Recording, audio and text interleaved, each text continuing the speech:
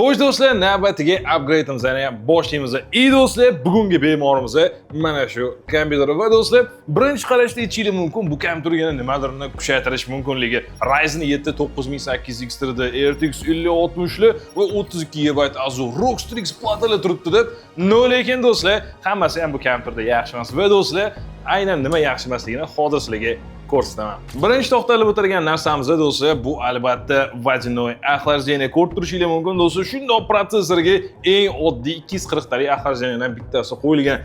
Chiroyli video bor, da охлажденияsi okey, lekin do'stlar, bunaqa akvarium keysga endi bunaqa охлаждение qo'yish endi uzrli deymiz. Shuning uchun ham obunachimiz ham mana shu kompyuterni полностью yengilaymiz dedilar. Главное ish qoladi, lekin tashqi ko'rinishi totalniy o'zgaradi va bugun do'stlar savlar mashinani totalniy o'zgartiramiz. Hamda do'stlar, obunachi menga murojaat qildilar. Bu kompyuter ozgina to'q o'ynagandan keyin mazasi qochib qolgan ekan, ayniqsa podsvetkasi pirillab qolib va do'stlar, bunaqa holatlarda blok pitaniyadan bo'ladi 99 vaziyatlarda. Va do'stlar, bu yerda qanaqadir 850 talik gold, 1000 talik gold emas, oddiy 750 talik no-name blok pitaniya qo'yilgan ekan. Ha do'stlar, shundoq nachinkaga shundoq blok pitaniya va do'stlar, buni albatta biz to'g'rilaymiz. Va do'stlar, bugungi keysimizni yengillaydigan narsalarimiz quyidagilardan iborat bo'ladi. First Player'dagi do'stlarimiz do'stlar bizga mana shunday nishchaklarni prosta yuborishdi. Va do'stlar, eng g'amlardan boshlayman. Bu albatta korpusimiz. Do'stlar, ko'rishingiz mumkin, bu akvarium case, faqat noodatiy akvarium case.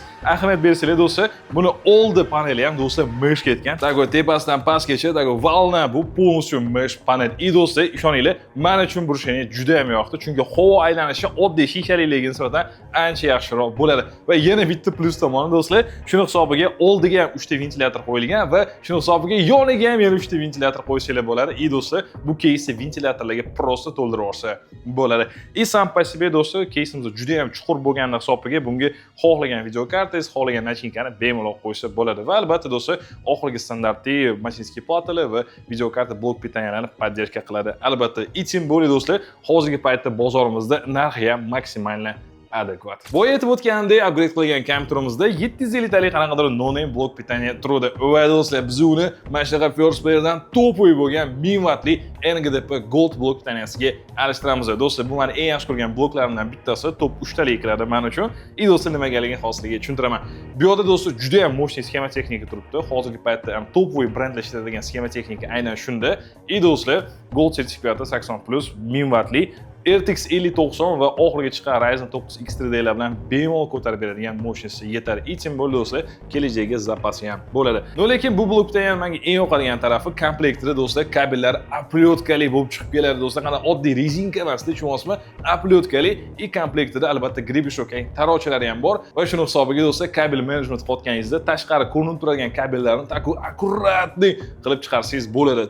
Qimmat turadigan customli kabellarga o'xshab chiqadi. Va albatta eng asosiy upgrade qilgan narsamiz bu водяной охлаждение do'stlar. Kompyuterimizdan prosta ko'rkini ochaveradigan narsa. Va do'stlar, bu водяной охлаждениeni menga First Player do'stlarimiz prosta express qilib yuborishdi va bu O'zbekistonda bilishingiz uchun eksklyuziv bitta dona, hali pasut sotuvga ham chiqmagan narsa. Lekin do'stlar, bizning YouTube kanalimizda obzorda chiqyapti. Va do'stlar, mana shu obunachimga mana shu водяной охлаждение nasib qilgan ekan, mazza qilib O'zbekistonda eksklyuziv bo'lgan водяной охлаждениeli kompyuterga upgrade qilyaptilar. Texnik parametrni qisqa qilib aytadigan bo'lsam, do'stlar, bu yerda 360 mm li radiator o'rnatilgan, uning ustiga 3 ta 120 mm li ventilyatorlar qo'yilgan, RGB podsvetkasi bor va 2000 оборотda ishlaydi. Va do'stlar, buni eng katta plusi, buni siz bemalol nastroyka qila olasiz, kamera оборотda ishlab va do'stlar, shuni hisobiga juda ham past ovozda ishlash uchun. Va albatta, protsessor muzlatadigan eng muhim joyi bu albatta do'stlar, pompasi bo'ladi. 3000 оборотda ishlaydigan va do'stlar, ultra 9 larni ham muzlatib beraman degan pompa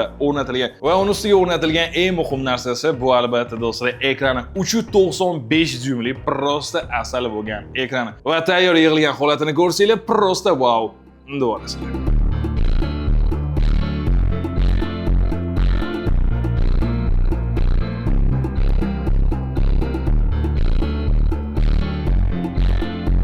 Mana do'stlar, shu upgrade'imizdan tayyor bo'ldi va do'y postini prosta solishtirsanglar bo'ladi. Maksimalni brutalniy mushkoy dizaynli kompyuter bo'ldi. Do'stlar, bu kompyuter ichiga naqd 13 ta ventilyator o'rnatildi. Oddiy keyslarga do'stlar 3 ta 4 ta ketsa, bu yerga naqd 13 ta o'rnatiladi. И do'stlar, отдельно men eslatib o'tmoqchiman. Bizda blok bitamiz ichida tarovchalari borligini hisobiga grebeshoklari, mana bu asosiy kabellarimizda hammasi do'stlar такой custom аккуратный bo'lib yig'ildi. И do'stlar, mana case ichiga yig'ish ham menga просто удовольствие bo'ldi. Chunki hamma narsasi oson yasalgan. И do'stlar, narxi ham maksimal demokratik. Va do'stlar, baho beringlar oldingi variant bilan hozirgi variantda qanchalik bir-biridan o'zgarganligini. И do'stlar, agarda video yoqqan bo'lsa, albatta like bosib, obuna bo'lib qo'yasizlar va keyingi safar sizni kompyuteringiz upgrade bo'lishini xohlasangiz, albatta bizani kuzatib borishda davom etinglar. Sizlar bilan Ibrohim bo'ldi. Keyingi videolarda ko'rishguncha.